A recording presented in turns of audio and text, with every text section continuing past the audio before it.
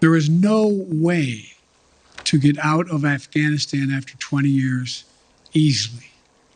Not possible, no matter when you did it. And I make no apologies for what I did.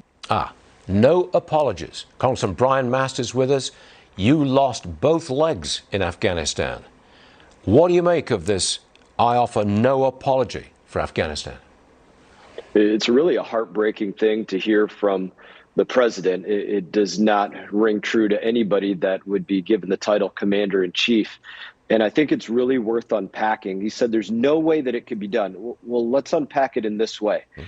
His objective was not a strategic national security objective for the United States of America. His objective was get out by September 11th so that he can have a September 11th celebration. So his calculation was those 13 lives and potentially way more were worth his political celebration, not a national security objective. That's why we couldn't get out safely, because he wasn't basing it upon what was good for national security. He just wanted a party, and it cost 13 American lives. Are you angry, sir? I'm angry beyond words. Every family member should be angry. Every American that's in uniform and every other American should be angry. Think about that fundamentally. The president is saying, my politics are worth your lives who sign up in the service. That's never been what our military has been about and never should be about. Got it. I'm going to change subjects, sir, because I understand your anger. I can feel it. But look, Blinken and Secretary of State Antony Blinken, he met with Sergei Lavrov this morning, the Russian foreign minister. Do you think we're going to get a diplomatic settlement here? I don't see it in this way. There's one thing that should be on the table that is true deterrence to Russia invading the Ukraine.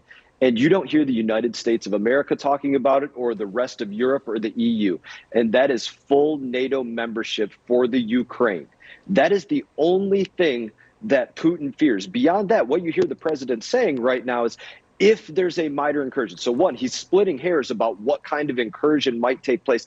And if that sort of thing happens, then we'll deal with that. Not saying, hey, this is the one thing that we know will stop Russia from invading the Ukraine. Having to face all of NATO, an attack on one is an attack on all, showing that we will have peace because of that strength, believing in peace through strength. Because Biden and the EU are not projecting that right now. I don't think there's a way to stand against Putin and his calculation on the Ukraine. Has Putin played our president? I think he realizes what our president is. He hasn't played him. He and every other foreign intelligence agency look at what this president says and does. How does he say minor incursion? How does he allow the Taliban to force the United States of America out of our embassy, out of the Bagram Air Base, out of Afghanistan on the timetable that they say instead of the timetable that we decide? And the list could go on and on and on. If you're a foreign intelligence officer, you're sitting there looking at that saying, listen, you can roll this guy in a heartbeat. What other conclusion can you come to? That really hurts.